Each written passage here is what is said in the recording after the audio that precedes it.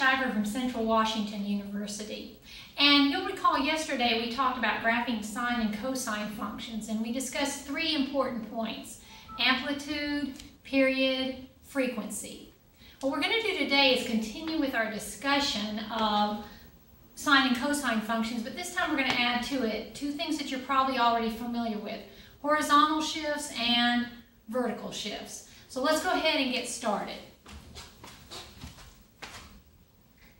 All right, we're going to begin by talking about vertical translations. Let's see if we can zoom in on this.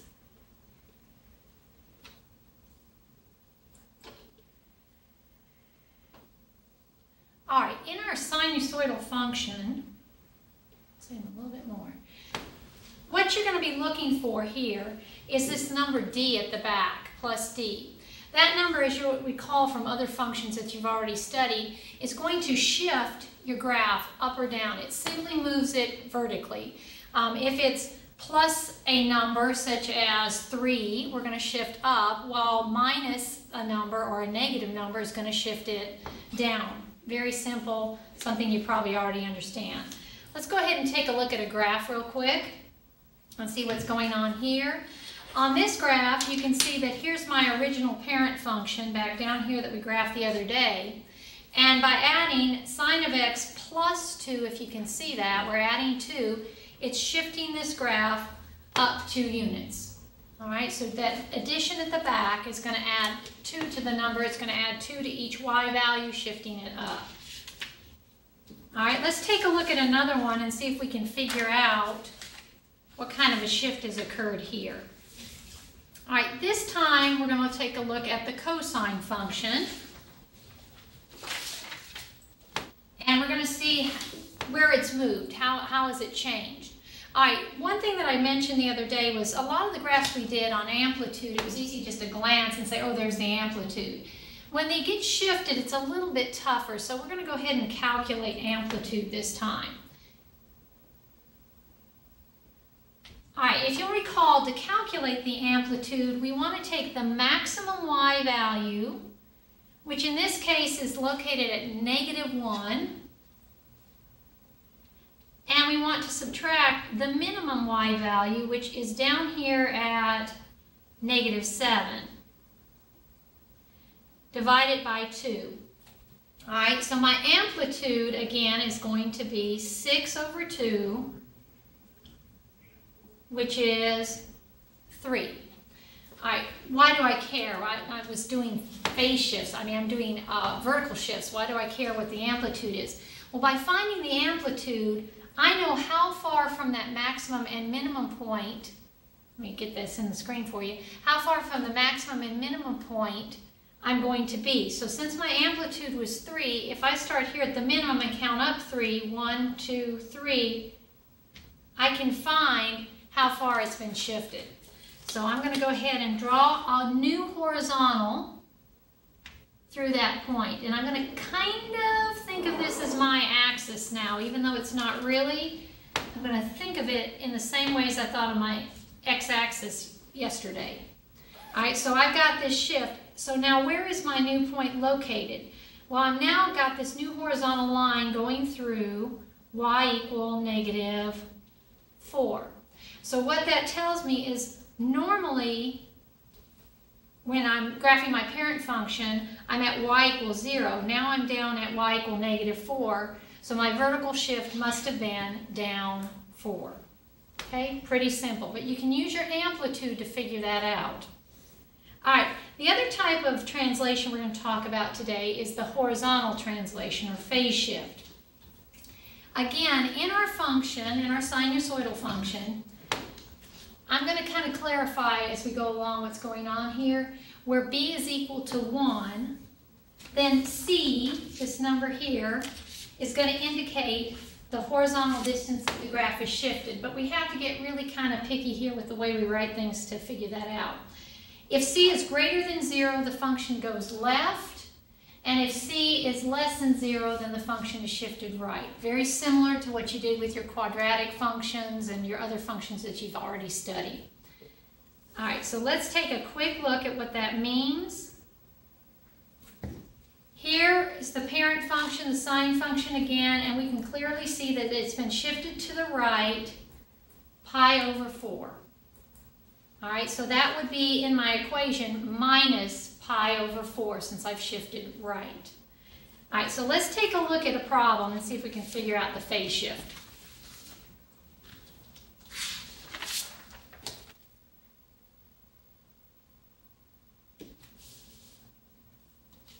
Let's get that one focused.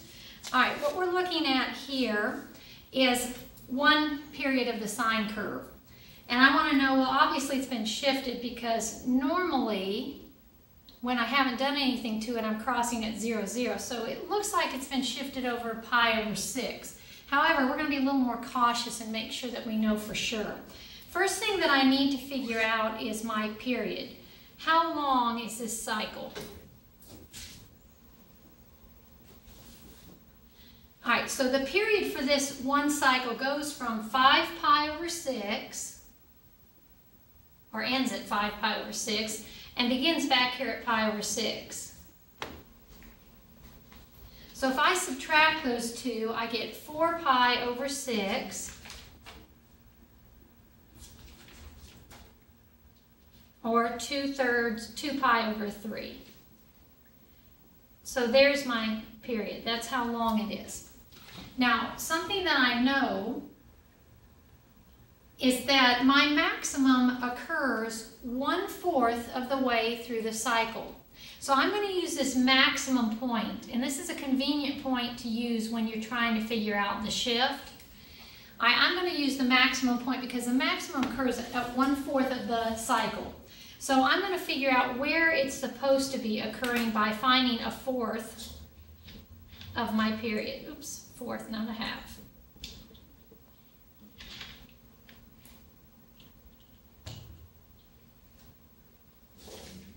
It looks like my maximum should be occurring at pi over 6. Okay, I look back at my graph and that's not what happened. Okay, it occurred at 2 pi over 6. So obviously there's been a shift. Now to figure out that shift, I'm going to subtract and see how far off I am and which direction I went. If it's supposed to occur at pi over 6, but I'm at 2 pi over 6, I'm going to subtract, and I see that I have moved or shifted to the right pi over 6. Okay, which is what we thought from the beginning, but be cautious of using that origin because sometimes that will mess you up. All right, looks like we've shifted right pi over 6. All right, let's take everything that we know now and take a look at one graph and see if we can't find all the pieces. All right, so here's our function. So let's start with our amplitude, and then we're going to write our sine function for it. Okay, amplitude, again, it looks like this graph has been shifted, so maybe I'm not 100% sure what it is, so we're going to calculate it. Take your maximum point, which is at 1, minus your minimum at -3, and divide by 2. My amplitude is 2. So that means in my function, that's my A value. A is 2. All right. Next thing I want to figure out is where is that horizontal line that splits my graph instead of the axis this time since it looks like it's been shifted down. Again, I'm going to use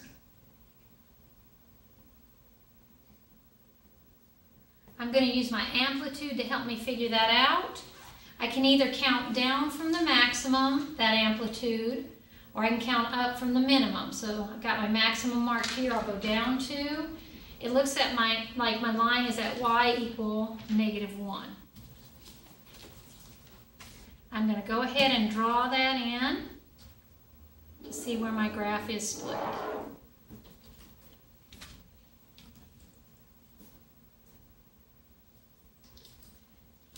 All right, next let's go ahead and find the period.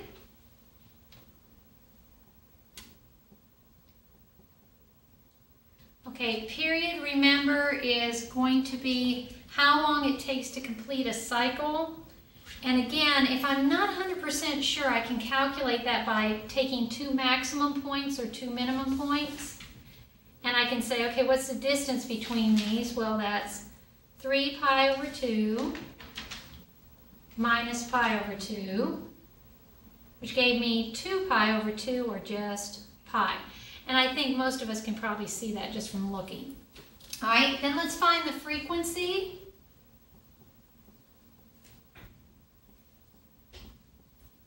Okay, which in this case will also be B. All right, so to calculate frequency, that's how many cycles we complete in 2 pi. And I think most of us can probably just look at it and go, oh, it's 2. But in case we can't, remember, we can always set up the relationship. Period is equal to 2 pi over B. And I happen to know the period is pi. Solve for B. Divide by pi, and we get B, of course, is 2. So now we know what A is, and we know what B is, and I didn't mark it, but back here on my horizontal, I now know what D is, that shift. So the only thing left to find then is our phase shift, and is to find the value C. How much has it been shifted over? Well, it depends. Do you want to write this as a sine function, or do you want to write it as a cosine? I usually default to sine just because it's simple. So we're gonna go there for right now. So again, what you want to do is maximum point's an easy one to use. So maximums generally occur 1/4 of the way through the cycle. So take your period, which is pi, and I know that it should occur 1/4 of pi, or pi over 4. Okay, it did not. My maximum occurred at pi over 2.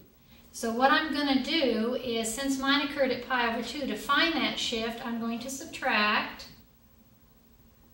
pi over 2 minus pi over 4, which is going to give me pi over 4. So my phase shift, or my C, is going to be pi over 4. Okay, now we're going to take all the pieces and we're going to write an equation to represent this particular function. So we'll call it g of x is equal to, all right, you start with your amplitude like we did yesterday, 2, sine, since I'm doing the sine function. Now here's the tricky part. When you have a phase shift, when you have a horizontal shift, you need to be careful as to how you write this. My B value is going to, where it always has, my frequency is going to go right behind sine. Then put a parentheses and do x minus, since I went right, minus my phase shift, plus d, which is -1. Now the reason you're going to do that, and you can simplify it if you like a little bit, you can distribute that 2 to get 2x minus 2 pi over 4, or pi over 2. But just be careful when you do that, that you realize now that this is not the shift anymore because you multiplied by 2. In order to find the phase shift, this x has to have a coefficient of 1. Can't have any other coefficient, so make sure you're aware of that when you're doing these problems. All right, now let's take a minute and graph a sine function. Since we've written one, let's try to graph one with the information given. And again, it's simply pulling out those pieces that you need in order to graph it, and also having that understanding of, in this case, what does the cosine function usually look like? Okay, what does that cosine function look like? All right, so let's start with amplitude. Okay, amplitude, remember, is found in front of the sine or cosine function, so my amplitude is a half. So I'm going to go ahead and mark my y-axis in halves. So 1/2, 1, 3/2, and then same thing down here. Okay, so I've got an amplitude of a half. The next thing that I like to find is where that horizontal line falls, because it may or may not be, my axis may or may not be splitting it. Okay, so how am I going to figure out where my horizontal falls? Where is it shifted? Well, if you remember from what we just looked at, we're going to have to go back up here in this section and we're going to have to rewrite this. So let's go ahead and rewrite it over here. Y equals 1/2 cosine. Now pull out the coefficient in front of x, which is 2, times x minus pi plus 1. All right, now once we do that, we can take a look. We can take a look and see that it's been shifted over pi units. So, oh, I'm sorry. So there's my phase shift. I'm sorry, I'm talking horizontal. My horizontal is back here at D, so plus 1. So y equal 1. Need to pay attention to what I'm talking about. All right, so go ahead and let's go ahead and put that horizontal in, and then we'll grab that phase shift.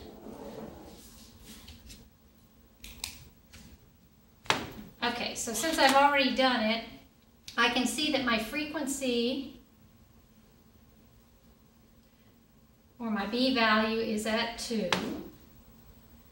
My phase shift, since I've already pulled it out, is pi to the right. Okay, why right? Because it's minus pi. If it had been plus pi, we would have moved left. All right, since we know the frequency, let's go ahead and calculate our period as well. Period is 2 pi over my frequency, or just pi. Okay, so it looks like a period is 1 pi.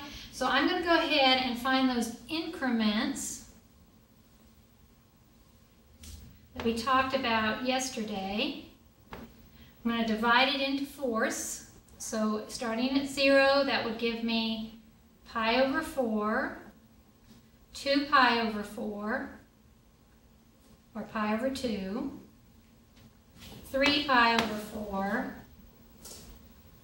4 pi over 4, which is pi. Okay, there's where they would normally be located if there hadn't been a shift. But we just figured out we're shifting right pi. So I need to figure out these increments and shift each one of them pi units to the right. So I'm going to take my phase shift and add it to each one of these. If I add it to 0, of course, that means I'm starting at pi. Pi plus pi over 4 is 5 pi over 4. And then once I know this next one, again, I can just count in force. I could say 6 pi over 4, or 3 pi over 2, 7 pi over 4, and 8 pi over 4, which is 2 pi. All right, so these increments with the shift are the ones that I'm going to graph. So let's go up and label my axis again in force. So this is pi over 4, 2 pi over 4, or pi over 2, 3 pi over 4, 4 pi over 4, 5 pi over 4, etc.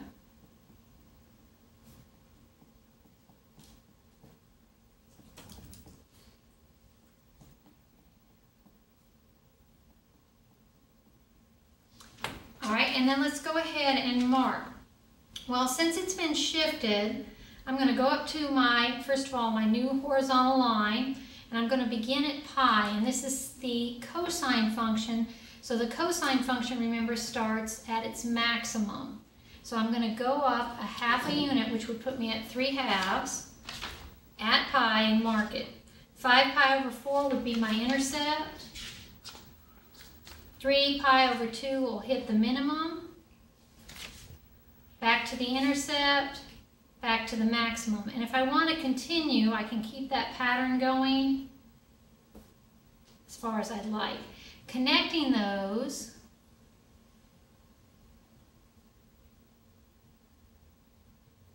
I get my cosine function. Now, notice something interesting about this one.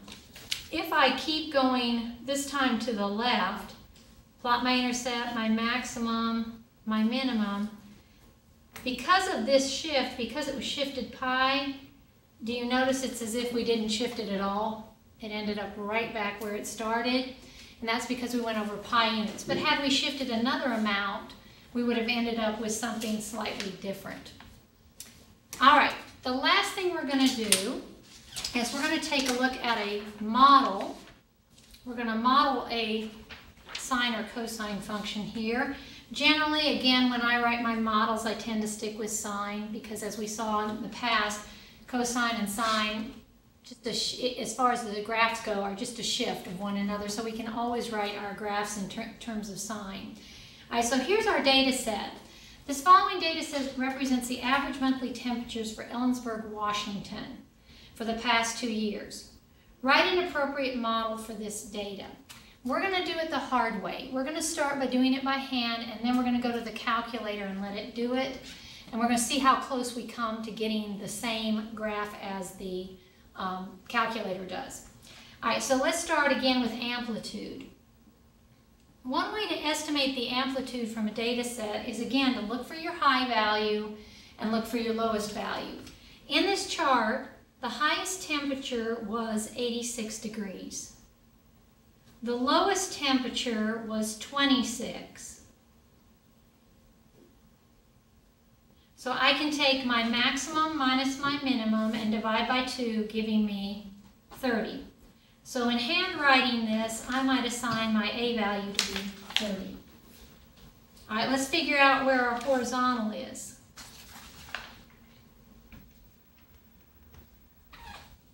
I'm going to use that little trick I showed you a minute ago. If I take my amplitude and subtract it from the maximum, all right, that'll tell me where to put my horizontal line. So y is going to occur at 86 minus 30, or at 56.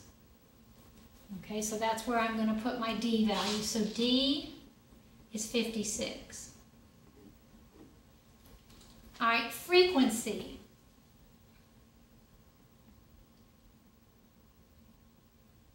Well, these are temperatures, and common sense is going to help us figure this out, frequency and period.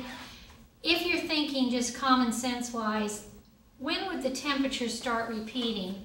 Well, you're going to go from January all the way through the year, and then you're going to start back over. So my cycle is going to be a 12-month cycle before these temperatures begin repeating, and while they're not exactly the same, it should have a similar behavior over and over again. So my period is 12. To find frequency, remember I take period is equal to 2 pi over b. So 12b equals 2 pi. b is 2 pi over 12, or pi over 6. So now we have our b value as well. Okay, the only thing left to do is to figure out the phase shift, and this is the tricky one, that horizontal shift. Again, we're going to use our maximum to help us figure it out. All right. Normally, in a 12-month cycle, if we were modeling it with the sine function, or cosine, either one, but in a 12-month cycle, where does the maximum occur on the sine function? Well, it always occurs a fourth of the way through. So if I have 12 months, 1/4 of 12 equals 3. So according to my parent function, it should occur 3 months in. Well, let's look back at my chart. Does my maximum temperature occur in March at 54? Nope. Okay, we all know that from living around here. The maximum looks like it's happening around July, the 7th month. So the maximum in our data set is at month 7. All right, to figure out what kind of a shift that was, well, how do you get from 3 to 7? Well, obviously my graph has shifted 4 to the right. Okay, so my C value is going to be 4. All right, so let's go ahead and put all these numbers in and write our equation, write our function. F of x equals amplitude, 30. Sine, now remember this is where you have to be cautious. Be sure you write the b value outside the parentheses. Pi over 6 times x, and since it's right 4, it's going to be minus 4. And then my horizontal is at 56. All right, so we have handwritten from the data set. Let's go to the calculator and just see what it does. If at this point you would like to go ahead and do it yourself, you might want to pause the video and go ahead and enter the data in your calculators and see if you can't get it graphed. I'm going to go ahead, I've already got my data in here. I'll go ahead and show you what it looks like. So let's graph. And there's my data set. Now again, this is real data, so it doesn't look perfectly sinusoidal, but you can see that cyclic behavior, that constant repeating of what's going on here. All right, so we're going to go ahead and find a model that'll best fit it. And I'm going to again use sine. So same procedure we've used in the past. Go to Stat, Calculate. All right, then we're going to have to cruise down our menu until we find sinusoidal regression. And you guys have got to go a long way, so don't give up. It's way, oops, past it. It's way down here at letter C, sine regression, so enter. Now, just a quick refresher, don't know how long it's been since you've done this. To store that, remember we go to vars, over to yvars, function, enter, y1, enter. All right, and then hit it one more time so that it'll execute, enter, and in a second it will hopefully give us our function. There we go. So let's take a look at what the calculator said should be our function. Our a value here is 26.4. That's mighty close to our 30, not bad at all. The b value is a half. Ours was pi over 6, and if you will grab a calculator and divide pi by 6, you see that's mighty close to a half. Now the c value is slightly different. This one's close to 2. Ours was 4, so a little difference. And then our d value is 56. The calculator runs it at 58. All right, so let's go ahead and graph and take a look at the calculator and what it says. And there goes our function. And not bad. Some of you may be disturbed by the fact it's missing these bottom points, but that's going to occur when you're modeling. If you would like, you might want to try to enter our equation, and you might even like ours better. All right, that's it for graphing sine and cosine. Tomorrow we'll talk about simple harmonic motion.